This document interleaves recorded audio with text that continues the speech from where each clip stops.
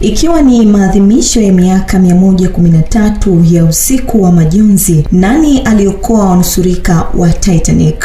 Ilikuwa April 10, 1912 ambapo meli kubwa zaidi duniani Titanic ilianza safari yake ya kwanza kutokea Southampton, England kuelekea New York, Marekani, ambapo ilitarajiwa kufika April 17 mwaka 1912. Safari ya ndoto ambayo haikuwahi kufika mwisho licha ya meli hiyo iliyojulikana kama meli isiyozama kutokana na kuwa na teknolojia ya kisasa, lakini bahari ilikuwa na mpango tofauti, ikiwa ni kama funzo la gharama kubwa kuhusu kiburi cha binadamu, teknolojia za kisasa na umuhimu wa usalama wa abiria. Ndani ya meli hiyo kulikuwa na sehemu za kifahari, migahawa na burudani. Hakika ilikuwa ni safari ambayo iliwafanya abiria wakawa wanakula maisha yao kwa furaha, wakiamini wako salama kabisa licha ya kuwa na taarifa za barafu ya icebergs kutoka kwenye meli nyingine, lakini hazikuchukuliwa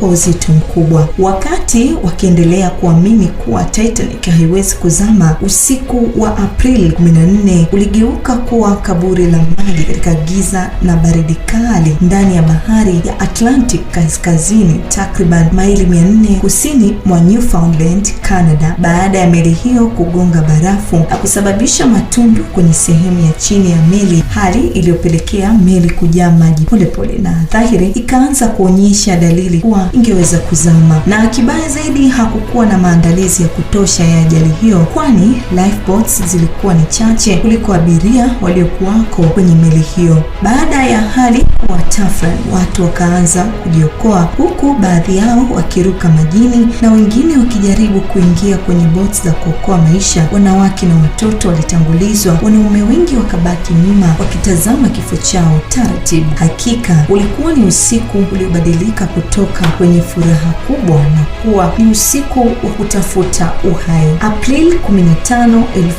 1912, saa 2:20 asubuhi, Titanic ilizama kabisa chini ya bahari ya Atlantic na kuwa ni ajali ambayo itaendelea kuwa gumzo duniani kote, kwani ilihusika kupoteza maisha ya watu zaidi ya 1500 kati ya abiria 2240 ambao baadhi yao walizama na wengine waliganda kwenye maji ya baridi kali na kufanya kuwa mojawapo ya majanga makubwa ya baharini kuwahi kutokea katika historia. Saa chache baadaye, meli ya RMS Carpathia, meli ya kusafirisha barua kwa niaba ya posta za kifalme, iliwasili kwa ajili ya kuokoa manusura wa ajali hiyo baada ya kupokea maombi ya msaada kupitia redio ambayo ilikuwa karibu takriban maili 58 kutoka mahali ajali ilipotokea. Ilipofika, ilikuta watu wengi wakihitaji msaada na kujitahidi kuokoa manusura 705 ambao iliwachukua na kuwapeleka hadi New York. Wakafika huko April 18. Hakika